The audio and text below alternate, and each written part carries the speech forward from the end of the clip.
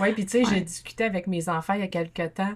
Tu sais, nous, on a, de façon un petit peu égoïste, entre guillemets, au départ, voulu avoir des enfants pour vivre ça. Mais j'ai dit, c'est notre job après ça, par exemple. Vous nous devez rien. Mhm. C'est notre Exact. job de développer la relation puis la conserver avec vous pour Ouais. que vous ayez envie plus tard de passer du temps avec nous. Mhm.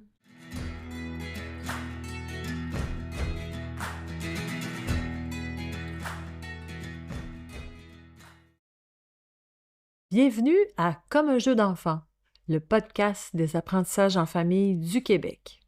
Ici, c'est l'espace rassembleur où la voix de l'école à la maison peut résonner librement. Allô, moi c'est Marilena, en plein feu de l'action avec 2 enfants en école à la maison.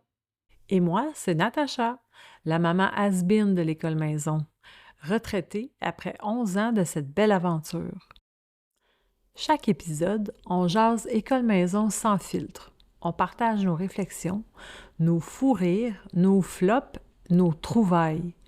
Et on tend aussi le micro à d'autres voix, parce que la diversité de parcours, ça mérite d'être entendu. Apprendre en famille, c'est du sérieux, mais c'est toujours plus amusant quand c'est comme un jeu d'enfant. Bon épisode!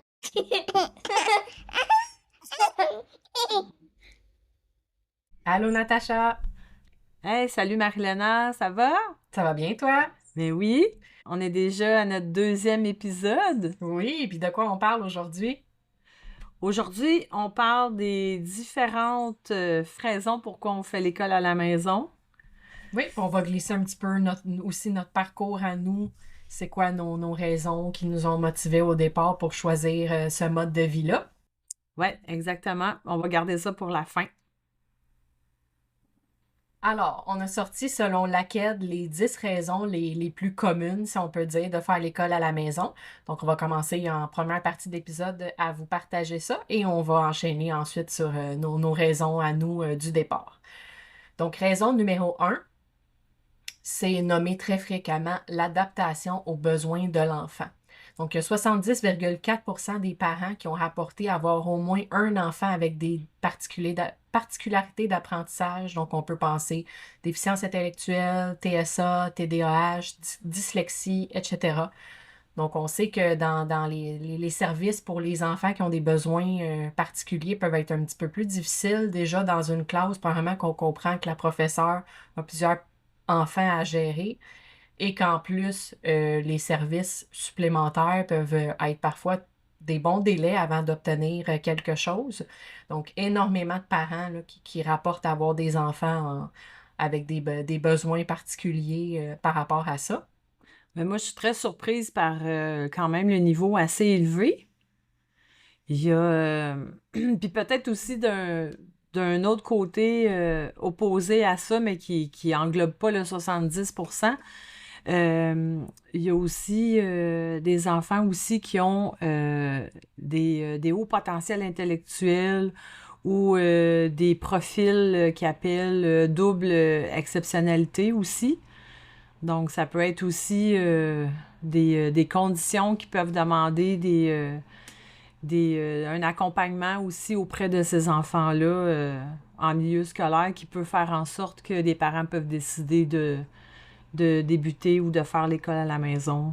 Oui, fait que je pense que le système scolaire, justement, ayant un groupe et que la professeure doit comme un petit peu avoir un standard d'un certain niveau, mais ça peut être autant difficile pour les élèves qui ont des besoins qui font qu'ils ont besoin d'aller à un rythme plus lent, si je le mets Mm. en guillemets. Ouais. Et comme tu nommes aussi, tu sais, douance ou ça peut faire qu'eux, ils auraient besoin d'aller plus élever un niveau plus rapide pour Ouais. garder leur intérêt, puis que, donc, dans les deux extrêmes, si on peut dire, autre que le standard, ces enfants-là peuvent ressentir que c'est pas leur rythme. Et la raison, justement, numéro 2, c'est le rythme de vie. Euh, un mode de vie moins stressant, moins difficile. Ouais. Choisir le rythme pour respecter celui de l'enfant. Donc oui, le rythme dans l'apprentissage de l'enfant, comme on vient de nommer, mais aussi on sait, tu sais,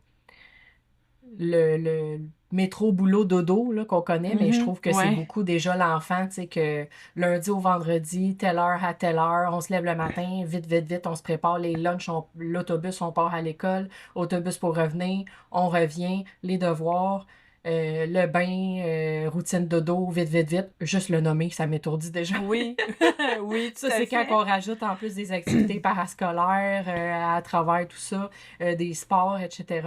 Mhm. Donc, beaucoup de parents vont justement choisir faire ce choix-là pour avoir un rythme moins effréné. Oui, effectivement. Puis, tu sais, moi, en tout cas, je lève vraiment mon chapeau aux familles qui font ce rythme de vie-là avec le couple qui travaille par-dessus tout ça.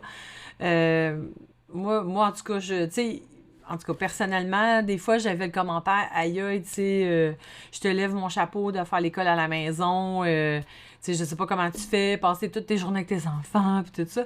Mais moi, c'est le contraire. Moi, j'étais comme, ben, moi, c'est bien plus ceux qui roulent, là, vraiment avec le travail, l'école, la gestion de toutes les soirées avec les devoirs, puis les cours en parascolaire. Moi, je lève plutôt mon chapeau à ces familles-là qui vivent ce rythme effréné-là de vie. Vraiment. Absolument. Je suis tout à fait d'accord avec toi. Raison numéro 3, adaptation aux intérêts de l'enfant. Donc, personnaliser les apprentissages selon les intérêts. On sait, ça augmente la motivation. C'est plus plaisant. On a moins l'impression de forcer notre enfant que ça ne tente pas de X sujet ou X matière. Donc, raison très fréquente également. Oui, c'est ben ça c'est comme une grande clé aussi là quand je pense j'en ai parlé un petit peu là dans l'épisode 1 d'aller vers l'intérêt des enfants. Ça aide beaucoup c'est un bon déclencheur disons pour les embarquer dans un projet.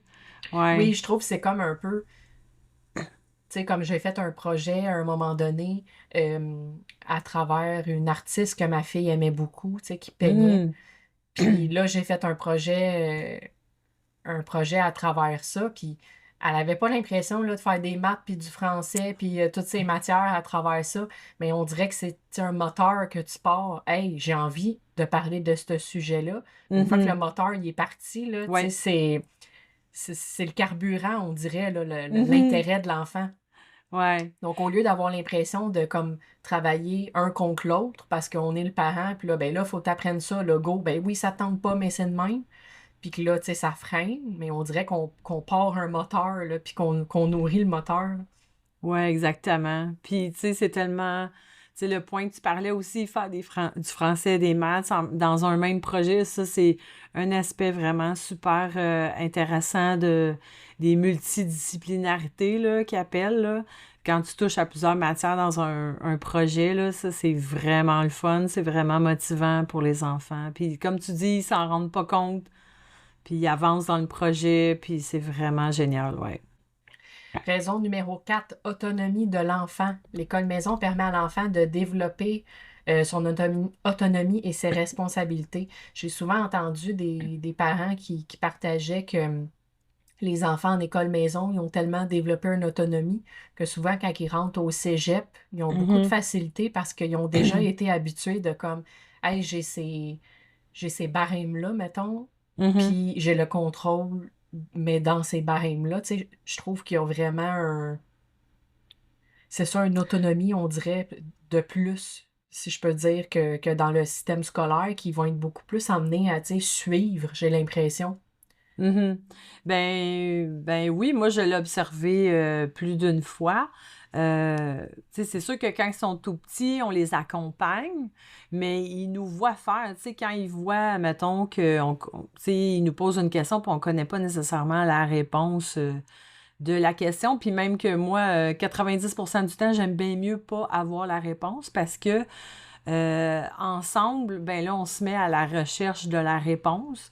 Puis, au fur et à mesure que l'enfant avance dans ses apprentissages là, d'école à la maison, ben il voit là, que nous aussi, on se retourne vers des ressources, on fait des recherches. Puis, ben, petit à petit, l'enfant, à un moment donné, ben, tu te rends compte qu'il commence à faire ses recherches par lui-même, puis il cherche. puis ils essayent de trouver les réponses. Fait que c'est sûr que sans s'en rendre compte, ça, c'est une autonomie qui développe petit à petit. C'est sûr, au début, ils ont besoin d'accompagnement, puis c'est normal. Mais au fur et à mesure qu'ils avancent, ils développent l'autonomie là, d'aller chercher leurs propres réponses, puis de prendre en main aussi leurs apprentissages. Là. Puis ça, c'est vraiment beau à voir. Tu sais, ça se passe pas tout de suite en partant, là. Tu sais, surtout quand on commence l'école à la maison, puis ils sont, mettons, au primaire, là, en première année.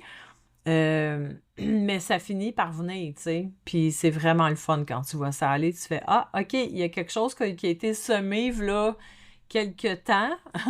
Puis à un moment donné, tu vois, là, que ça a fait son chemin, tu sais.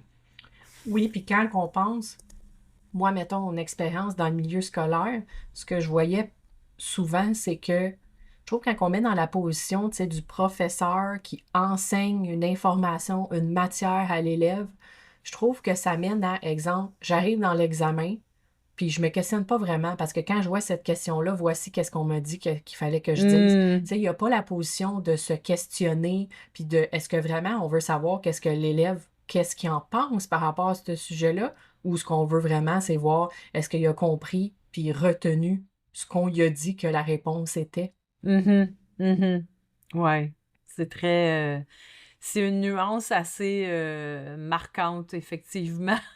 Ouais, intégrer qu'est-ce qu'il a appris ou tout simplement retenir qu'est-ce qu'il a appris pour pouvoir, dans le but de cracher la réponse après au moment de l'examen, mettons, ou de l'évaluation. Ouais. Puis on sait que justement, être capable d'avoir retenu une information par cœur pour répondre dans un examen, tu sais, c'est une capacité, c'est une force qu'on peut avoir parmi tant d'autres. Combien de personnes, moi, c'est pas ma plus grosse force, là, de retenir des choses par cœur. Mais si, par exemple, j'ai la capacité d'avoir la curiosité de me questionner puis d'être capable d'aller chercher l'information, il Ouais. n'y en a pas de limite, dans le fond, là. Non, effectivement. C'est une autre façon de l'intégrer, puis de vivre aussi la matière, en fait, si je peux dire. Parce qu'on le sait, hein, que, tu sais, je pense qu'il y a pas mal tout le monde là, qui écoute, que sont pas mal tous été à l'école, là, puis, tu sais, je pense qu'il y a pas mal du monde qui ont étudié 2 jours ou la veille de l'examen pour retenir la matière, puis après ça, la restituer pour l'examen, puis après ça, une semaine plus tard ou 2 jours plus tard, tu te reposerais les mêmes questions, puis tu te rends compte que tu t'en souviens plus, tu sais. Ouais. Raison numéro 5, choix des approches pédagogiques. Donc, pouvoir choisir des pédagogies alternatives comme Montessori, Freinet, Waldorf, etc. Est-ce que toi, durant la scolarité de tes enfants à la maison, est-ce que tu as exploré un petit peu de ces approches-là? Est-ce que toi, tu avais une approche en particulier que tu visais ou t'es allé librement d'une matière à l'autre, d'une année à l'autre? En fait, j'ai lu quand même en parallèle là, quelques approches pédagogiques. Charlotte Mason, Montessori, tu sais, c'est tous des noms qui me disent quelque chose. Sauf que je me suis rendu compte avec le temps qu'on n'était pas le style de famille qui était capable d'adhérer à une pédagogie puis de la tenir, tu sais. Je suis totalement d'accord Ouais. avec toi. Moi, on dirait que je me retrouvais dans un cadre que, on dirait, moi, mon type, c'est plus, je vais piger plein de petites affaires un peu partout, puis le construire à ce qui convient à ma famille. On dirait que dire, hey, moi, c'est, exemple, Montessori qui me convient. Ben là, si il y a telle affaire que j'aime d'une autre chose, tu sais, je me sens comme dans un cadre, dans une boîte, qu'on dirait, exact. en faisant l'école à la maison, j'ai comme voulu éviter ça. Fait que je me retrouve vraiment dans qu'est-ce que tu dis, que moi aussi, c'est beaucoup plus piger plein de petites choses qu'on aime plutôt que d'adhérer comme à une pédagogie en particulier. Oui, puis même que je te dirais, piger des choses qu'on aime, oui, mais aussi, j'y allais comme, OK, admettons qu'il y a une notion en particulier que je voyais que c'est plus difficile à comprendre. Là, je me disais, OK, il faut que je trouve une autre approche pour faire comprendre telle notion. Fait que moi, je pouvais aller piger, par exemple, dans Montessori parce que j'avais déjà vu quelque chose pour apprendre les multiplications plus intéressantes avec Montessori qu'une approche traditionnelle, tu sais.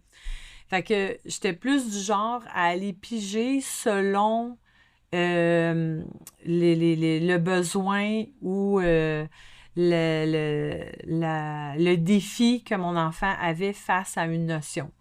Fait que c'est ça. Puis en tout cas, je ne sais pas si tu connais le terme, là, mais j'ai découvert à un moment donné, il y a plusieurs années, qu'on était plutôt du style pédagogie, mais éclectique, qui appelle ça. C'est qu'on va chercher des notions un peu partout dans toutes sortes de pédagogies pour justement le plus possible l'adapter au style d'apprenant qu'on accompagne, en fait. Fait que c'est vraiment ça. Puis c'est vraiment ça, là, nous autres, on est vraiment éclectiques, là, on allait chercher des approches un peu partout. Puis, tu sais, même à la limite, là, à un moment donné, tu te rends compte que tu en viens à coller tellement au style d'apprenant. Tu sais, tu finis tellement par voir comment que ton enfant apprend que même ton propre enfant, il finit par trouver par lui-même ses propres outils qui lui collent vraiment, tu sais. Enfin, c'est ça. Raison numéro 6, la relation avec son enfant. Passer plus de temps ensemble développe la relation. Bon, là, je dois dire, c'est dans mes raisons préférées. Des fois, les gens, justement, vont me dire « Ah, tu trouves pas ça difficile, tu sais, être toute la semaine avec tes enfants, tous les jours? » Mais moi, si je leur réponds, mais quel privilège! Ouais. La relation que je développe avec mes enfants, la chance que on s'est créé, notre famille, que je puisse vivre ça avec eux. Oui, vraiment, la relation, ben oui, moi aussi, je vois un peu dans le même sens que toi, Marilena. Pour moi, là, je l'ai toujours vraiment pris comme, même avant même de faire l'école à la maison, quand dans notre chemin de vie, j'ai été à la maison avec mes bébés, puis tout ça, je me suis toujours trouvée très privilégiée. Ben, premièrement, on est dans une époque où est-ce que on a eu le choix en tant que femme de dire, ben, je veux rester à la maison avec mes enfants ou je veux travailler à temps partiel puis adapter mon horaire pour la vie de famille ou bon.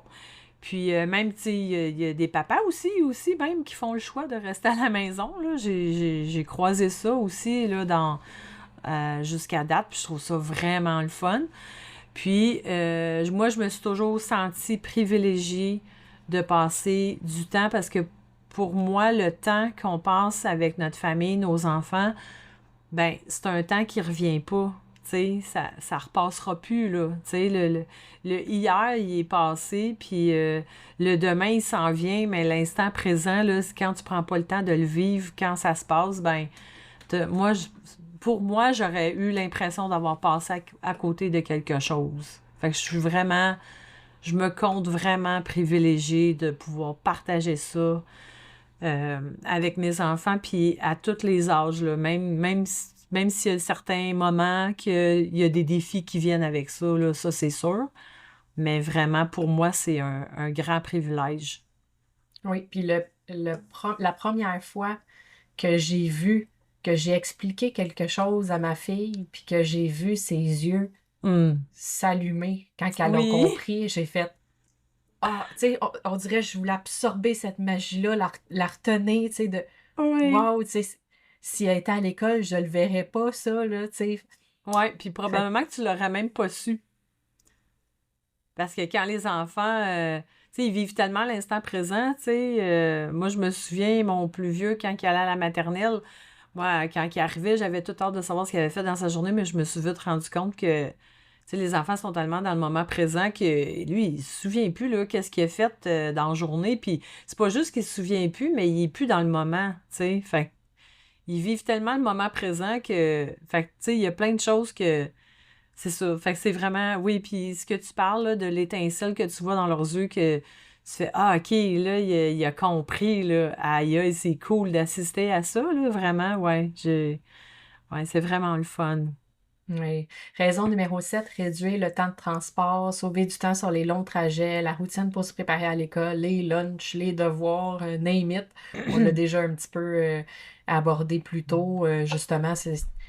Oui, et effectivement, ben, réduire le temps de transport, ben oui, c'est sûr que quand on compare avec le système scolaire, tu sais, moi, je sais qu'autour de moi, il y a des enfants qui peuvent faire longtemps de transport en autobus scolaire pour pouvoir se rendre à une école parce que leur école de quartier est en sur-occupation.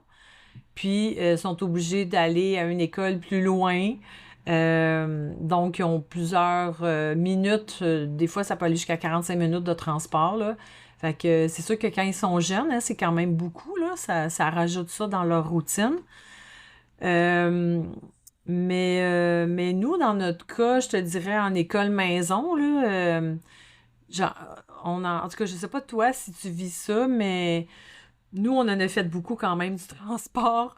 Euh, Partir avec les enfants parce qu'on avait une activité dans un autre groupe de soutien qui est comme à 1 heure de route, là, c'était pas rare, là. Tu sais, oui, on avait des activités dans notre région tout près, mais aussi, c'était pas rare qu'on allait à la rencontre de d'autres groupes de soutien dans d'autres régions.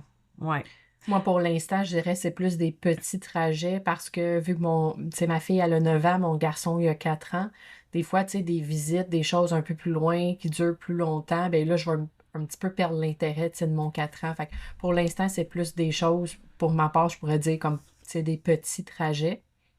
Mais oui, je comprends tout à fait ce que tu veux dire. Raison numéro 8, enrichir l'enseignement. Enseigner un à un permet d'accélérer l'apprentissage des matières tellement. Tellement. Ben oui.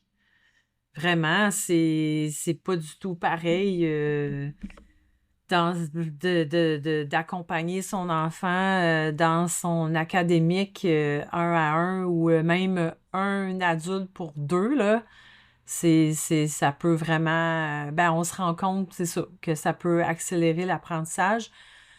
Puis aussi, ben, d'avoir le temps aussi, tu sais, de pas trop...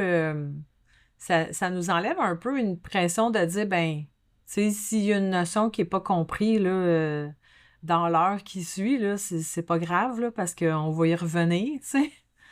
Donc, ouais, c'est ça. Mais, Oui, puis on entend souvent aussi des parents, tu sais, exemple, mon enfant est en troisième année au niveau du français, mais cinquième année mathématiques. Fait que, tu sais, on peut vraiment encore là, tu sais, les matières, si je peux dire, là, les choses que l'enfant va avoir plus de facilité, ben ça accélère beaucoup. Ça laisse du temps justement pour des fois que l'enfant peut trouver plus difficile, puis explorer d'autres façons de là le comprendre. Puis ça ouais, laisse beaucoup de temps aussi pour d'autres activités, là, que ce soit des oui, sorties, que ce soit tu sais, des choses comme tu sais, des cours musicales, théâtre, n'importe quoi, là, ça laisse ce qui va plus vite que l'enfant de la facilité, ça laisse de l'espace pour autre chose. ouais, exactement. Puis c'est ça qui est vraiment intéressant. C'est que, tu sais, tu sais, oui, accélérer les apprentissages tant que, ben, moi, en tout cas, ma ligne de pensée, c'était tant que je voyais que mes enfants y étaient intéressés à en savoir plus ou à développer plus, mais si je voyais qu'ils n'étaient pas très réceptifs, on faisait juste ce qu'on avait à faire, puis après, ben, c'est ça que je me disais, ça laisse plein de temps pour explorer d'autres choses, tu sais, que ça soit musique ou en art ou aller dans un musée ou au centre des sciences, tu sais, fait que c'est ça, moi je le voyais comme ça, là, vraiment, là, au lieu de... J'avais pas... tu sais, on n'avait pas nécessairement l'objectif d'accélérer l'apprentissage comme tel, sauf si l'enfant, je voyais qu'il voulait développer plus dans une matière. Ouais. Raison numéro 9, s'impliquer dans l'éducation de son enfant, offrir à notre enfant la flexibilité d'un horaire qui lui permet de combiner les apprentissages avec d'autres projets importants. donc un peu comme qu'on vient de nommer, ou encore avec Ouais. l'horaire de travail des parents. Donc, tu sais, des parents qui vont voyager, des familles plutôt qui vont voyager, des programmes de sport semi-professionnels, programmes intensifs en musique, en art, horaire de travail atypique des parents. Et Ouais. puis, en plus, le parent, il peut s'entourer de différentes ressources pour soutenir les apprentissages, mais il demeure toujours le premier éducateur de son enfant. Oui, exactement. Il y a tellement de choses qui peuvent être faites, là. C'est tellement adaptable à chaque style de famille. Puis aussi, ben, au style de l'enfant. Tu sais, si on voit qu'un de nos enfants il est intéressé par un sport, ben, ça lui permet d'avoir plus de temps, puis aussi de l'accompagner dans l'apprentissage du sport, ou que ça peut être en musique ou dans les arts ou dans le théâtre, tu sais. Ouais, on peut les accompagner là-dedans d'une certaine façon. Ouais, en prenant, tu sais, aussi conjointement avec soit des coachs ou un enseignant qui donne des cours de musique ou ouais, vraiment. Et la raison numéro 10 dans les 10 raisons les plus communes de faire l'école à la maison, surmonter une expérience négative à Mm. l'école, que ce soit de l'intimidation, de la phobie scolaire, etc. Ouais, ben oui, il peut avoir des moments aussi dans la vie d'un enfant ou d'un jeune qui a besoin de prendre une pause de l'école avec des situations comme que tu as nommé tantôt, Marilena, puis de pouvoir se retrouver en fait en tant qu'humain. Fait que ça peut permettre à des enfants de faire vraiment carrément une pause de qu'est-ce qu'ils vivent à l'école qui vient vraiment miner là, leur vie. Tu sais, j'ai déjà côtoyé des familles là, qui ont fait le choix de faire l'école à la maison un peu à cause de ces raisons-là, malheureusement. Mais sauf que ça a vraiment changé beaucoup de choses pour leurs jeunes de pouvoir faire cette pause-là, cet arrêt-là, pour se retrouver, se ressourcer, guérir, en fait, ces blessures-là, hein, parce qu'il faut se le dire, là, ça peut causer des traumas même, puis des blessures. Puis ça affecte aussi même toute la dynamique familiale, parce que c'est sûr, quand on est parent, puis qu'on voit que notre enfant, il est pas heureux à l'école qu'il fréquente, ben ça mine aussi là, les parents, c'est sûr, là, ça vient nous affecter. On veut voir nos enfants heureux puis bien dans l'environnement qu'ils fréquentent puis qu'ils se sentent aussi en sécurité. Puis, il y a des familles qui décident, bon, ben, on fait un stop, on fait l'école à la maison, puis ça prendra le temps que ça prendra. Il y en a que ça peut prendre 2 ans, 3 ans, il y en a que ça prend 1 an, il y en a que c'est quelques mois. Puis après ça, le jeune est prêt à retourner à l'école. Puis souvent, ça permet aussi à ces familles de développer des outils puis de mieux accompagner leur enfant par rapport à une situation d'intimidation, admettons, ou d'anxiété. Fait que c'est ça que ça permet aussi de faire l'école à la maison. Oui, prendre soin de la santé mentale, Et- puis aussi guérir le parent, tu sais, dans son impuissance, là. Tu sais, quand, exemple, notre enfant vit de l'intimidation, Mm. on est impuissant, là, on est confortable, qu'on veut plus ça, mais on est limité quand même dans qu'est-ce qu'on peut faire. Mhm. Ouais, exactement. Donc, ça fait un petit résumé, les 10 raisons les plus communes. Et maintenant, Natacha, veux-tu nous partager, toi, votre parcours un petit peu? Qu'est-ce qu'au départ qui vous a motivé? C'est quoi les raisons, vous, que vous avez décidé de faire ce choix-là? Ben, un peu comme j'ai déjà un peu effleuré, nous, on voyait déjà notre enfant, tu sais, c'était un enfant super allumé, qui posait beaucoup de questions, puis il était très, très curieux, puis on voyait avec le temps, au fil des mois, que l'année scolaire en maternelle avançait, qu'on voyait que, tu sais, la petite flamme en dedans, là, que tous les enfants y ont, de vouloir découvrir le monde, là, qui les entoure à bras ouverts, ben on voyait tranquillement pas vite qu'il y avait comme une fermeture, puis Et on voyait aussi de par ses comportements qu'il vivait des frustrations, puis ça se voyait là, physiquement, tu sais. Donc, ça a suscité un peu plus de réflexion de notre part par rapport à ça. Puis, on savait déjà que l'école maison existait. Fait que une des raisons au départ, là, c'était vraiment de lui offrir la possibilité de vivre une vie d'enfant. Ça rejoint un petit peu toutes les petites raisons, là, les raisons qu'on a nommées tantôt à quelques points près, là. Mais c'est ça, de lui offrir ce temps-là auquel que je trouve que la vie d'enfant d'aujourd'hui est plutôt pas vraiment présente. Elle est de plus en plus écourtée, je trouve, que la vie d'enfant. Puis, tu sais, dans la vie d'un être humain, l'enfance, c'est quand même court déjà, là. Puis, je trouve que de plus en plus, c'est écourté. On demande aux enfants de s'adapter à la vie d'adulte de notre société dans laquelle on est. Donc, moi, je trouve que la vie d'un enfant, ça doit se vivre à la hauteur d'un enfant. Et puis, c'est un peu... c'est une façon, en fait, de l'éloigner, pour l'instant, de la vie de performance auquel on demande déjà tout petit que les enfants embarquent, tu sais. Fait c'est ça. Fait ça a été une des premières motivations. Je me souviens, mon conjoint puis moi, d'en avoir parlé, puis c'était comme, on veut qu'il y ait une vie d'enfant qui prenne le temps qu'il a besoin pour vivre une vie d'enfant le plus possible. Après ça, ben avec le temps, quand on commence l'école à la maison, ben il y a les raisons s'ajoutent un peu, tu sais, parce qu'on découvre vraiment plus, puis on vit c'est quoi l'école à la maison. Fait que c'est ça, le respect du rythme d'apprentissage, ça c'est une chose, parce qu'au tout début, je me souviens, moi, dans mon concept à moi de l'école à la maison, c'était comme, c'était papier-crayon, là. Moi, c'était très conventionnel, puis c'était avec ce que je connaissais aussi. Puis je me suis vite rendu compte, en observant mon enfant, qu'un enfant de première année, là, ça peut pas s'asseoir pendant 1 heure et demie à table avec un papier, crayon, efface. Donc, je voyais que c'était des courtes périodes d'attention. Fait que là, je me suis mis à adapter tout ça par rapport à ce que mon enfant, je voyais qu'il était capable d'offrir au niveau d'attention. Puis, tu sais, en première année du primaire, ben quand je pense qu'un enfant a donné 15-20 minutes d'attention, là, vraiment de concentration, c'est super, là, à l'heure, là, je dirais.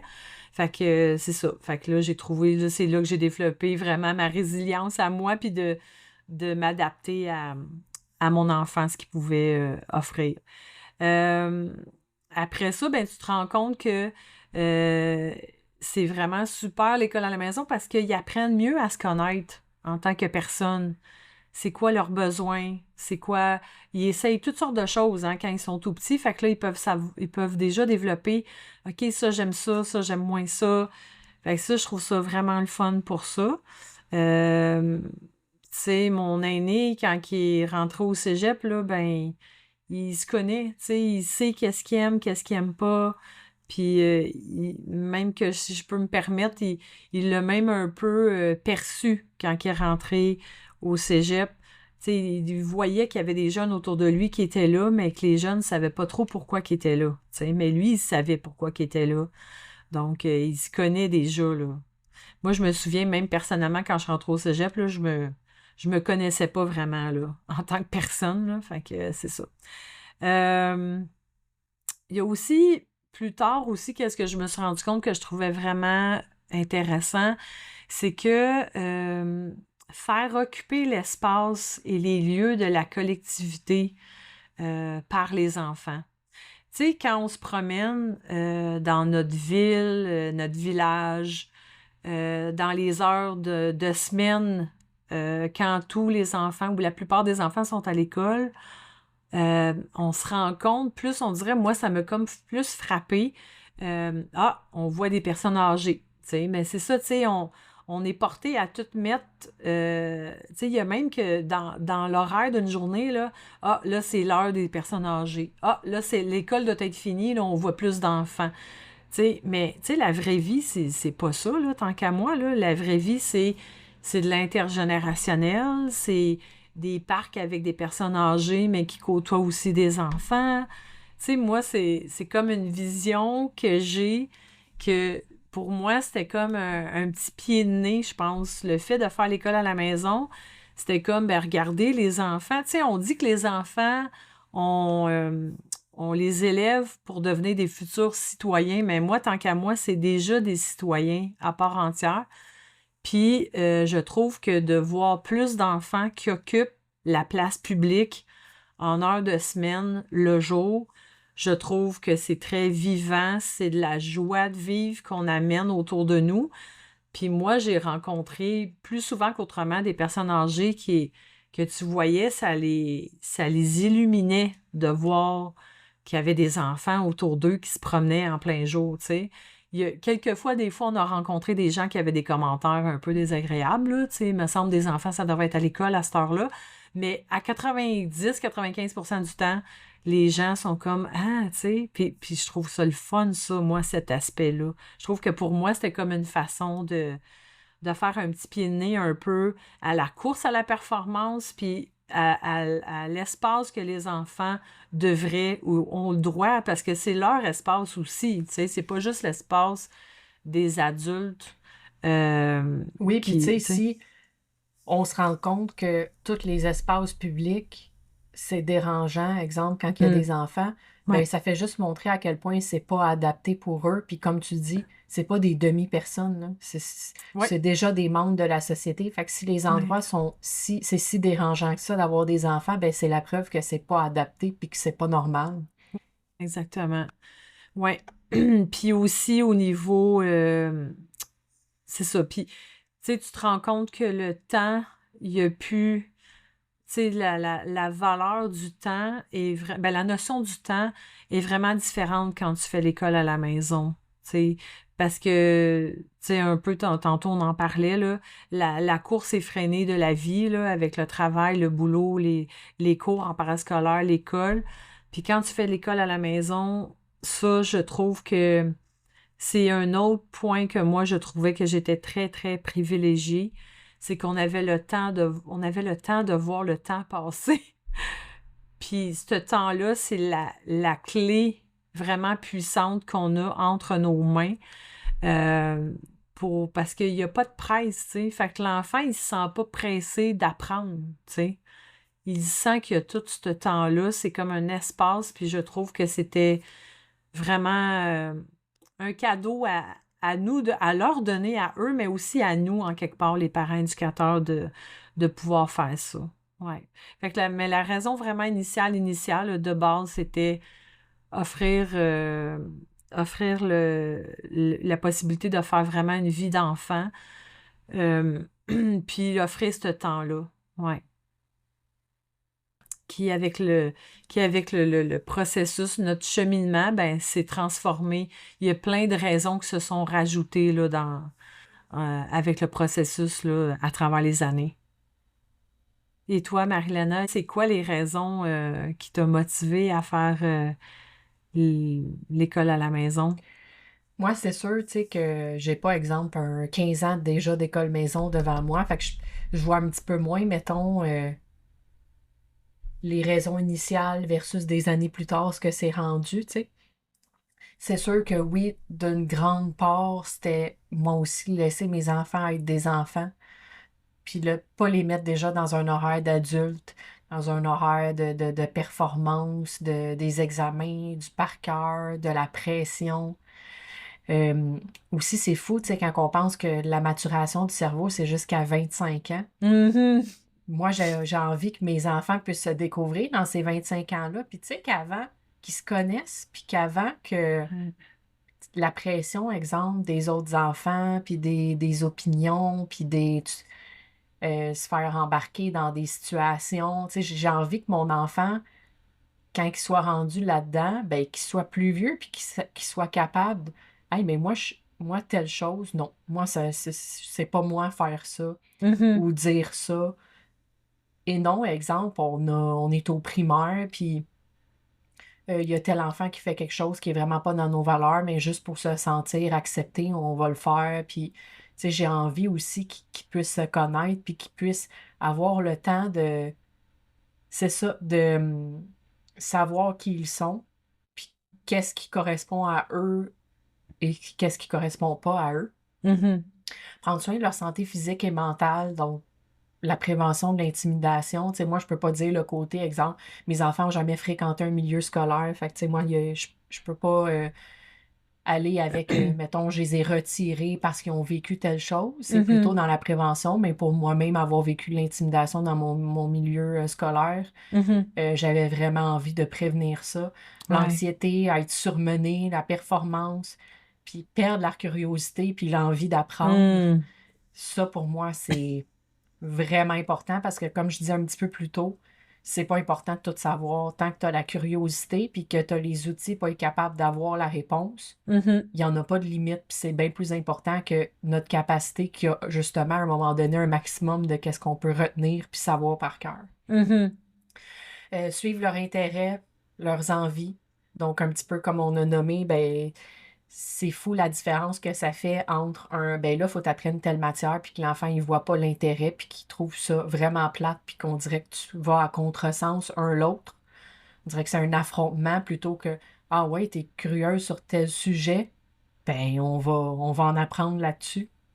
Je Ouais. trouve que ça nous met même nous en posture de curiosité, puis de Mm. montrer à l'enfant que même nous, en tant qu'adultes, que peut-être qu'ils pensent qu'on connaît tout, ben non, on connaît pas tout, puis qu'on peut aller chercher les réponses. Fait que je trouve qu'on se met un petit peu dans la même posture qu'eux, jusqu'à un certain point. Avoir un rythme de vie moins stressant, rapide, comme je l'ai dit tantôt, juste de nommer. Juste de Ouais. nommer. On se lève le matin, vite, vite. On prépare les lunchs. Ce rythme-là effréné, juste le dire, comme je me sens étourdie. Ouais. Je sais pas, moi aussi, je lève mon chapeau. Je sais pas comment ils font les familles, que les deux parents travaillent à temps plein, qui ont plusieurs enfants, puis qui ont la gestion du travail, de l'horaire de l'école, plus les pédagogiques, plus les activités parascolaires, etc. Je lève Mhm. mon chapeau, moi aussi. Ouais. Comme j'ai nommé relation avec mes enfants, j'ai le privilège de passer du temps avec eux. Je perdrais ça pour rien au monde. Ouais, c'est précieux, ça. M'impliquer dans leur éducation, tu sais, voir ce qui est important pour notre famille. Donc, moi, si je trouve que le savoir faire un budget, comprendre les impôts, comment ça fonctionne, dire, ben nous, pour notre famille, c'est important, le bénévolat, bouger au quotidien. Si mon enfant, il veut tu sais, il a un intérêt, exemple, vers de la musique, vers théâtre, etc. Euh, Vraiment important pour moi de m'impliquer dans leur éducation, puis d'aller vers, oui, ce que eux, ils ont leur intérêt, mais aussi qu'est-ce que nous, nos valeurs de famille, qu'est-ce qu'on veut transmettre. Et comme je disais par rapport à la relation avec mes enfants, que j'ai vraiment le privilège de passer du temps avec eux, tu sais, il n'y a pas personne de parfait, puis on fait tout juste le mieux qu'on peut, mais j'ai déjà dit à mon conjoint, puis ça me rend toujours émotive, Mm. Mm. j'ai envie que mes enfants disent un jour, tu sais, nos parents, ils étaient pas parfaits, Ouais. mais ils étaient là, Ouais. ils ont rien manqué. Mm. Ça, c'est vraiment important pour moi. Mhm. Fait que ça fait pas mal un résumé, mettons, là, Ouais. de nos raisons principales. Mhm. Mais Mhm. souvent, quand quelqu'un me demande pourquoi tu fais l'école à la maison, je Ouais. réponds souvent à la blague. T'as-tu 2 heures Ouais, c'est devant ça. toi pour qu'on discute? Oui, parce qu'il y a tellement il y a tellement de raisons, puis ça me touche vraiment ce que tu dis, Marilena, ton dernier point. Parce que tu sais, moi, ça fait quelques années que je prends encore du recul par rapport à cette belle aventure-là. Euh, mais tu sais, la relation qu'on développe avec nos enfants, ça a comme pas de prix. Puis c'est quelque chose qui va toujours rester. Tu sais, peu importe tu sais, mis à part là, les activités qu'on a faites, puis tout ça, c'est vraiment d'avoir développé, d'avoir pris le temps d'apprendre à les connaître, de partager des moments avec eux. Ça, c'est ça. C'est vraiment ça, la connexion qu'on développe avec eux. Puis en plus, tu sais, toi, tu as 2 enfants, mais la fratrie aussi. Tu sais, le lien d'attachement Absolument. qu'ils développent entre eux, tu sais, puis ça reste que des frères et des sœurs, puis tout ça, ça se chicane, ils ont des conflits, mais il y a quelque chose aussi du fait d'avoir vécu tout ce temps-là ensemble. Plus tard, tu t'en rends compte que, OK, ils ont développé tout de même une belle relation, tu sais, ils se respectent mutuellement, même que des fois, ils font des activités ensemble, tu sais, même s'ils ont 2 ans et demi, 3 ans, 4 ans de différence d'âge. Tu sais, fait que tout le développement de la connexion humaine à travers tous ces partages de moments-là, ben c'est ça qui reste, là. En bout de ligne, là, c'est vraiment ça. Puis ça, c'est vraiment précieux. Oui, puis tu sais, il n'y a pas d'échappatoire. Dans Non, un horaire comme ça, si tu as un conflit de quelque chose, ouais, ben le lendemain, tu vas être avec la personne encore, là. Fait que ça exactement. l'apprend justement à vivre ensemble parce Oui, que, ben c'est pas, ah, mais là, demain c'est la semaine, anyway, ils se verront pas toute la semaine, là, fait c'est qu'ils vont se laisser ça. tranquilles, ils vont arrêter de se chicaner. Il y en a pas d'échappatoire, fait que ça l'oblige à faire face aux situations, Ouais, à montrer le respect, puis à apprendre à vivre ensemble. ouais, exactement. Ça, c'est dans la fratrie, mais c'est la même chose aussi, mettons, un désaccord ou un conflit entre l'enfant et son parent, tu sais, tout ça. C'est ça. C'est vraiment...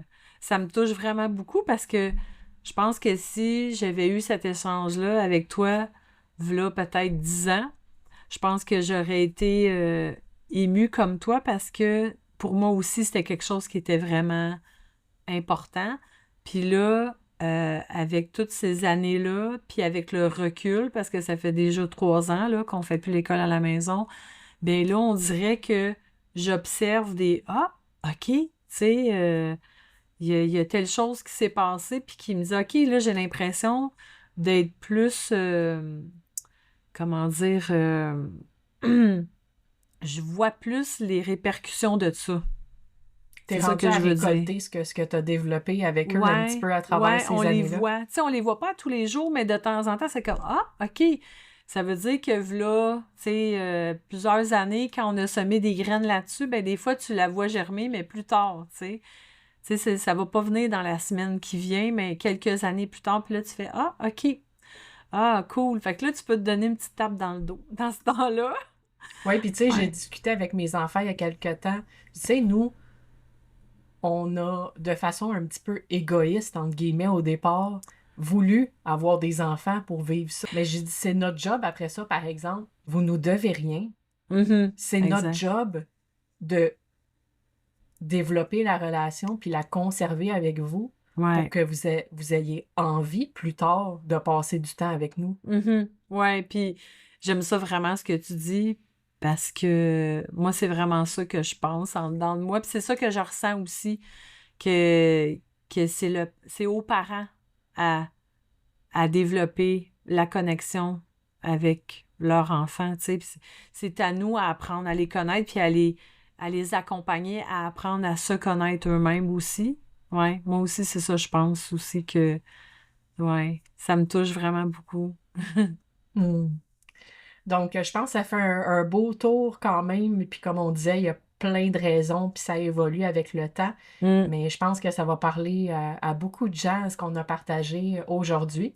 Mais même que si je peux me permettre, j'aimerais ça que en dessous de la publication de l'épisode, que ce soit par Facebook ou Instagram ou les plateformes d'écoute, si ça vous tente de venir nous mettre vos raisons à vous, ça serait vraiment le fun de vous lire. Moi, j'aimerais vraiment ça. Oui, exact. Peut-être nous dire dans l'épisode qu'est-ce qui a résonné avec vous, puis peut-être que s'il y a des choses Mm. qu'on n'a pas nommées, de nous les partager aussi. On Ouais, aurait vraiment envie de vous lire. ouais.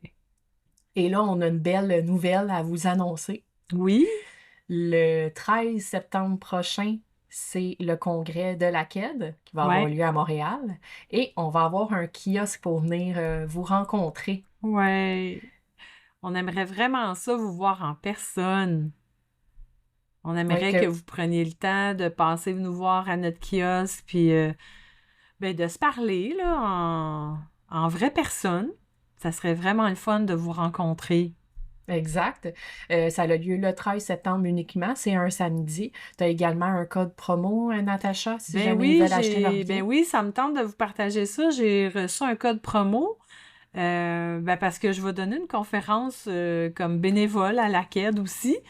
D'un autre sujet là, qui m'interpelle vraiment beaucoup, puis que j'ai le goût de partager avec les familles. Puis, j'ai un code promo à vous partager. Ça vous donne un rabais à l'achat de votre billet pour rentrer au congrès de la CAD.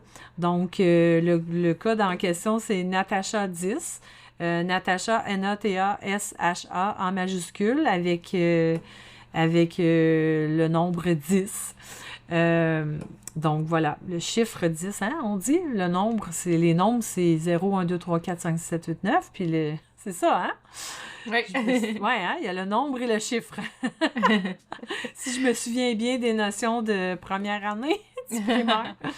Donc, c'est ça. Profitez du code. Oui, puis profitez-en. on espère vraiment que vous veniez nous rencontrer, Oui, jaser avec nous. oui, Probablement que la plupart ne nous connaissent pas, fait que venez nous voir, venez nous parler. Puis ouais, on va probablement avoir un petit concours aussi sur place pour les gens qui sont venus nous voir. ouais. Puis, tu sais, que ça soit juste venir partager, nous rencontrer, ou si peut-être que vous avez des suggestions, peut-être que vous avez des idées de sujets, peut-être que vous avez envie d'être invité, peut-être que vous avez une idée d'invité, venez Ouais. nous voir, ça va être vraiment la place pour qu'on se rencontre puis qu'on développe des liens en vrai. Oui, puis je pense vraiment que, tu sais, le fait de vous rencontrer en personne, puis d'avoir un échange ensemble, ça va vraiment nous alimenter, nous, parce que, tu sais, c'est le fun de savoir que vous nous écoutez, puis que vous avez le goût comme de prendre part aussi à ça, parce que c'est un peu ça aussi qu'on veut faire. On le fait aussi pour vous. Puis nous, ben c'est ça qui nous alimente, qui nous motive à continuer. Exactement.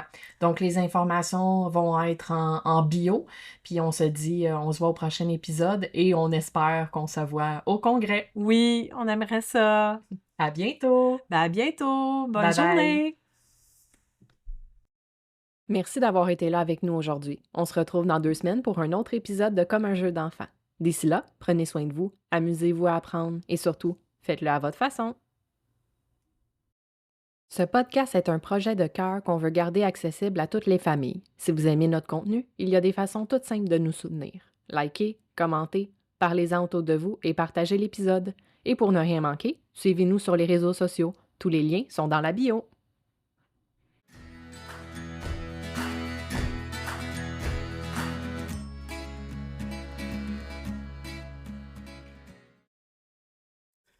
Avis de non-responsabilité. Les opinions exprimées dans ce podcast sont celles des animatrices et invités et ne reflètent pas nécessairement celles de leurs commanditaires, partenaires ou organisations affiliées. Les informations partagées sont fournies à titre informatif seulement et ne constituent pas des conseils professionnels, médicaux, juridiques ou éducatifs. Les auditeurs sont invités à faire preuve de discernement et à consulter des professionnels qualifiés pour toute situation particulière. L'équipe du podcast ne peut être tenue responsable des conséquences découlant de l'usage des informations présentées.